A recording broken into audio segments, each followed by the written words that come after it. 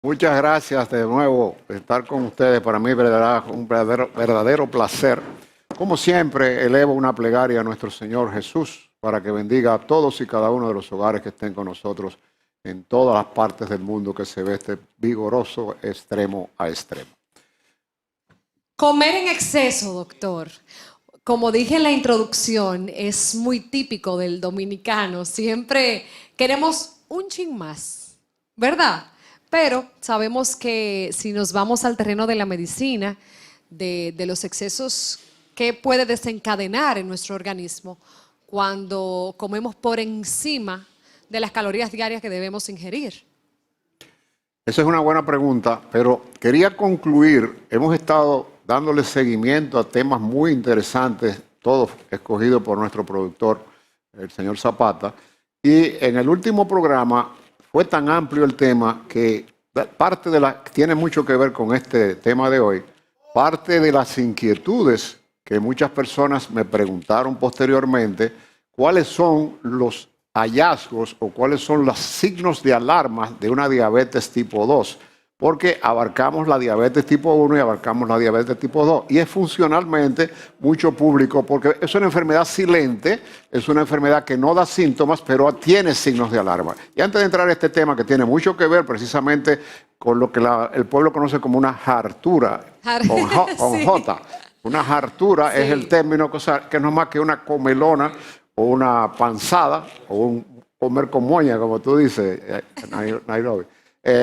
Entonces, los signos de alarma de una diabetes tipo 2, sed intensa, sed que no quita, poliquiuria, que es la orina frecuente, sobre todo de noche, que la persona va 3, 4, 5 y 6 veces a orinar, piel seca y pérdida inexplicable de peso. Son signos llamativos, y las complicaciones a largo plazo, que tampoco las dijimos, y no se puede terminar este tema sin que el público las conozca.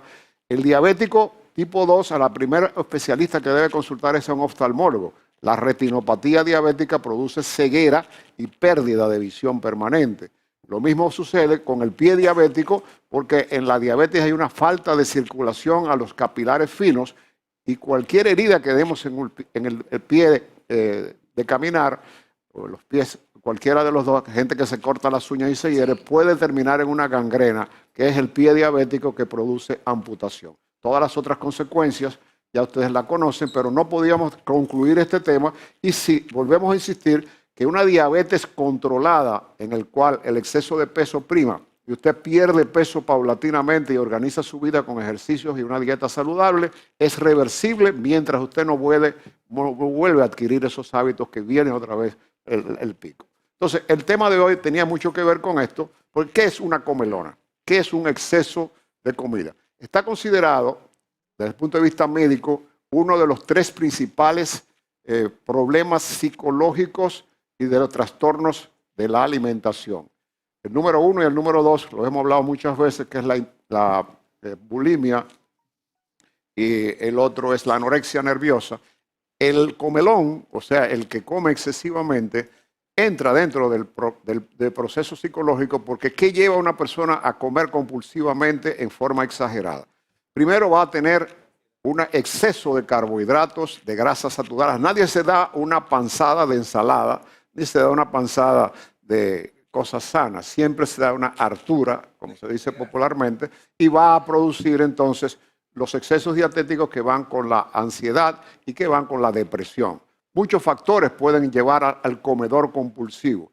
Aunque tenga hambre, en primer lugar, si ustedes se ponen a observar, sobre todo los amables televidentes, costumbre del dominicano, una de los artes más importantes que tiene, además de ser la alimentación, es la comida. La comida es para compartir, saborearla. En muchos casos yo me he quedado mirando, y lo he dicho varias veces acá, a gente comiendo con un plato con moña, como dice Nairobi. Come con los ojos, como se dice. Fundamentalmente, la persona no mira para ningún lado. Sí. Simplemente come y traga, come y traga. Ese estilo de comida no hace que el paciente se sienta saciado. Y esta condición va a producir una panzada, va a producir una indigestión y va a producir las condiciones que conlleva a una mala alimentación, que va a traducirse. ¿Qué va a pasar cuando tú te das una panzada o una hartura, como decimos los dominicanos? Bueno, vas a ingerir un exceso enorme de calorías, sobre todo de hidratos de carbono, de grasas saturadas, el organismo va a acoger, a tomar para sí a través del intestino delgado los nutrientes que necesitamos para estar vivos, nuestra salud, y el resto lo va a enviar al torrente circulatorio, al hígado, y va a ser entonces finalmente depositado en los tejidos como grasa, y es lo que llamamos la obesidad. La más peligrosa de todas es la obesidad mórbida, que va a producir ese enorme vientre abultado que puede ser desencadenante de una muerte súbita o un accidente cerebrovascular. Esa obsesividad, compulsividad de comer en exceso, que tiene un patrón parecido a la bulimia y anorexia, pero, por ejemplo... Es un desorden alimenticio. Sí, pero en la bulimia y la anorexia observamos que son personas que tienen poca autoestima en algunos casos. El comelón compulsivo pierde la autoestima e incluso no le gusta comer acompañado para él poder cesar su panzada. Doctor, pero lo dañino es la cantidad, porque aquí en República Dominicana no tenemos esa cultura quizá de comer por porciones, que es lo recomendable. Entonces, lo que hace daño es la cantidad, ¿verdad?, de alimentos. Fundamentalmente la enorme cantidad de alimentos que va a producir una indigestión, y vamos a explicar en qué consiste la flatulencia que produce una panzada, porque el público es importante, quizás nunca se había explicado en televisión qué es una flatulencia, que produce una panzada, unos malos hábitos intestinales o alimenticios. Ese exceso de grasa, lamentablemente, esa persona o está deprimido o tiene problemas de autoestima, pierde su relación con lo que es el medio ambiente y le gusta estar solitario. Esa es una persona, de cada 10 personas en los Estados Unidos, 3 personas producen este tipo de alimentación compulsiva, y una de las causas fundamentales que lo comienza a producir es una mala organización en nuestra alimentación, porque la gran mayoría, incluyéndola a ustedes, aunque tienen buena figura porque se ejercitan, es que abolimos o brincamos el desayuno. La gran mayoría, hacemos una encuesta aquí, yo me desayuno un jugo, yo me tomo un café, y ese es el órgano de lo que va a ser vital en el resto del día para tu organismo, con la distribución de las calorías necesarias para la vida. Doctor, esta comelona, así como usted le llama, ¿verdad?, en exceso, ¿qué efectos tiene en horas de la noche tarde? Porque comer en exceso a cualquier hora es dañino, pero hay personas que piensan que no, yo me acuesto y la digestión se hace sola y al otro día pues nada. ¿Qué efectos fuertes tiene esto en comer a deshora, mucho y sobre todo tarde? Las personas que acostumbran a ingerir alimentos tarde en la noche es la comida más dañina del organismo, aunque comas hasta que comieras relativamente sano en exceso. ¿Por qué razón? Por la razón fundamental de que cuando nosotros entramos en el momento de dormir, nuestro organismo tiene 3 etapas en el sueño. Una primera etapa de inducción, por eso, por ejemplo, se le aconseja a las personas que sufren de insomnio que no vean televisión con cosas, violencia, esa serie de cosas, porque dilata el sueño. Tenemos una etapa profunda que es a las 4 o 5 horas, y esa etapa final que es cuando ya comienza el despertar. Entonces, cuando nosotros ingerimos alimentos en la forma más inadecuada, que es la noche, lamentablemente vamos a tener un problema de absorción nutricional muy bajo, con alto riesgo de las consecuencias que conlleva hipertensión arterial, obesidad mórbida, diabetes tipo 2. Entonces, una de las consecuencias más importantes de una panzada, que lo vamos a explicar, es qué es una flatulencia, qué es un flatus. La flatulencia es que al exceso de comida y la fermentación que producen esos alimentos en el estómago, con una difícil digestión, lo primero que vamos a tener es una indigestión. Todo el que se da una panzada, el que lo hace esporádicamente o el que es una costumbre por ser un desorden alimenticio, va a tener trastornos de su alimentación y en su peso y en su autoestima personal. Entonces, la flatulencia es consecuencia de la acumulación de gases. Nosotros estamos hablando, ustedes viven de hablar, yo trabajo de vivir. Lo más importante es que cuando estamos tragando aire, conjuntamente con los ácidos del estómago, cuando ingerimos alimentos, sobre todo cuando es en grandes cantidades, estos fermentan. Esa fermentación va a producir, cuando llegan al intestino grueso o colon, donde entra la materia fecal, una hiperfermentación de gases que hemos tragado, y existe, lo más importante que sepan nuestros amables televidentes, la fase que defiende al organismo de cualquier bacteria agresiva que entre al tracto gastrointestinal es la que llamamos la microbiota.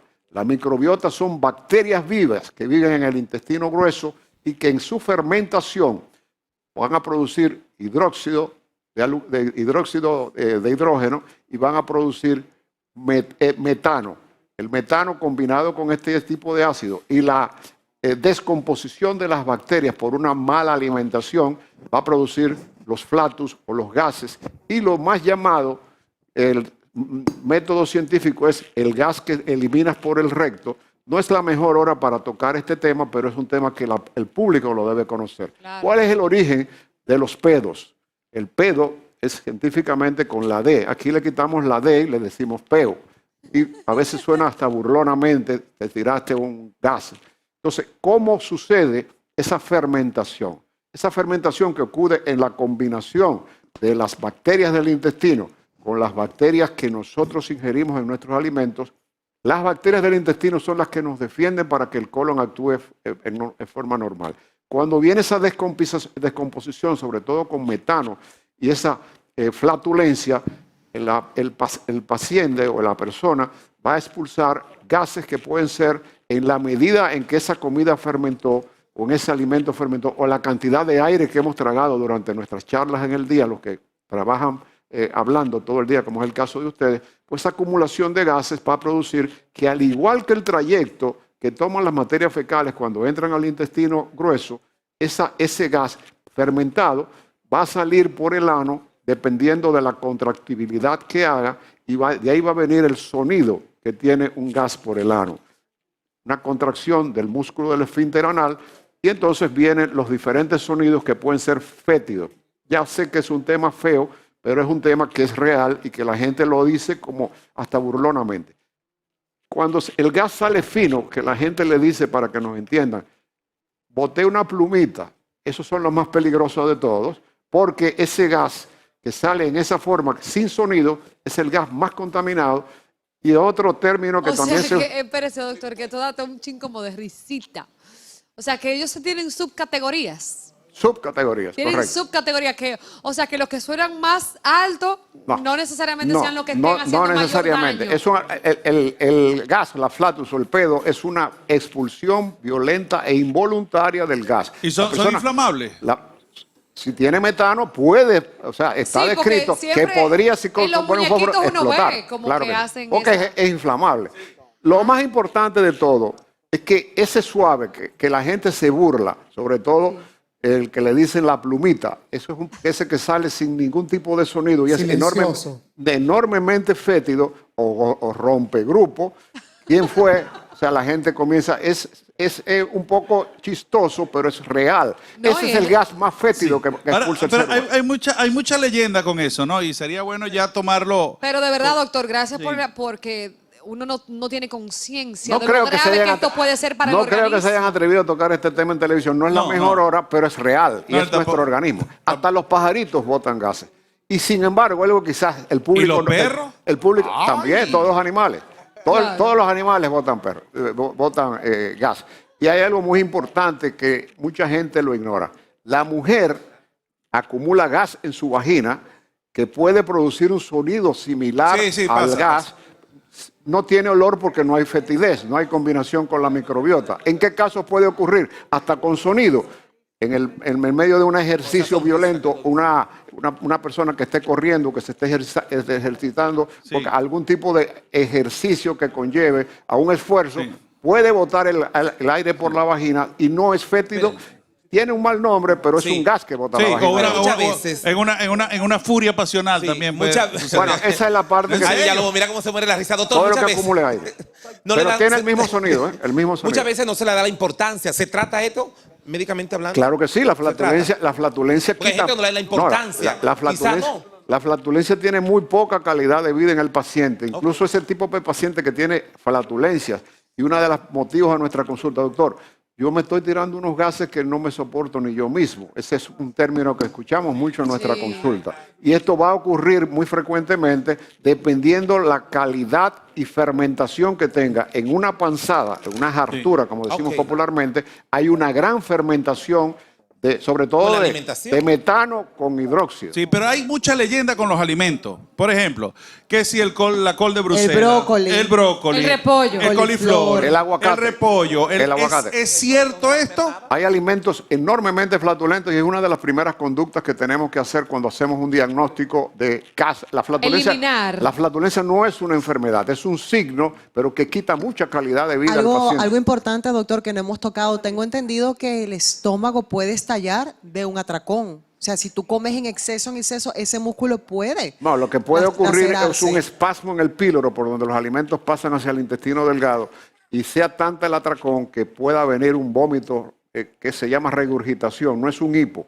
El paciente cuando ya está en etapa ya que no aguanta más, le va a dar un hipo y esa contractura que hace el músculo por donde el esfínter del píloro, por donde pasa el alimento hacia el intestino delgado, puede contraer y el paciente puede tener una regurgitación Te que puedes viene hasta siendo morir ahogado. bueno, si broncoaspira es uno de... Toda persona que ustedes ven que pierde el conocimiento, es muy importantísimo. Lo primero que usted tiene que hacer es tratar de voltearle la cara hacia que un no se lado. ahogue, Por claro. si ese paciente broncoaspira porque está inconsciente, es decir, vomita y se va a la tráquea, eso es mortal. Entonces, cualquier paciente que tenga cualquier tipo de indigestión puede incluso en ese acto, fíjese que todo el que va a vomitar conscientemente se echa hacia adelante. Claro. En ese acto de regurgitación, que ocurre mucho en los niños pequeñitos, los bebecitos, cuando la mamá le da las nalgaditas, bota un eructo y en ese eructo sale leche, que es una regurgitación. Y que eso es diferente. parte de la muerte súbita en los bebés también, ¿verdad? Dicen que esa es una de las causas que puede ocurrir la muerte súbita. Doctor, cuando se come en exceso, no sé si es así, el estómago, cuando ya se tiene una costumbre, crece. Entonces, ¿qué pudieran hacer aquellas personas que ya tienen ese hábito de comer en exceso y están tratando de comer como se debe, pero no se sienten satisfechos? ¿Cómo pueden remediar todo esto?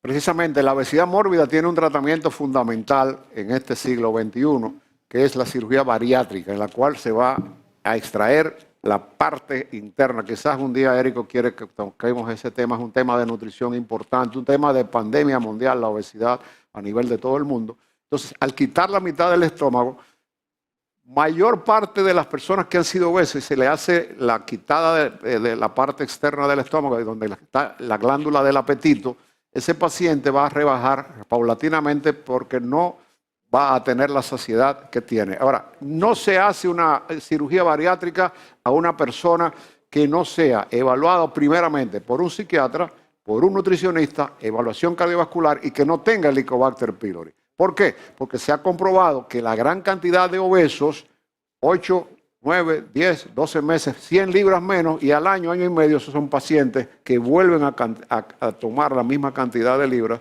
En resumen, lo más importante de todo en este desorden alimenticio que mucha gente lo toma como a broma y que tocáramos este tema, la gente lo dice, pero no habían escuchado cuál es lo que está sucediendo fisiopatológicamente en el organismo. Pero si se recoge el estómago solo, ¿puede suceder?